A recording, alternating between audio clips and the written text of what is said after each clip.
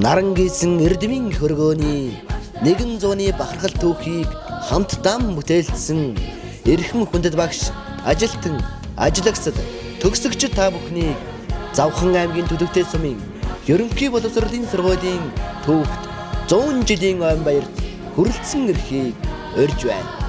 Ойн баяр 2025 оны 10 дугаар сарын 8-9-ний 5 пүрэв гарагт Төрсөн нутаг Төдөвтэй сум төрлөг сургууль дээр болно.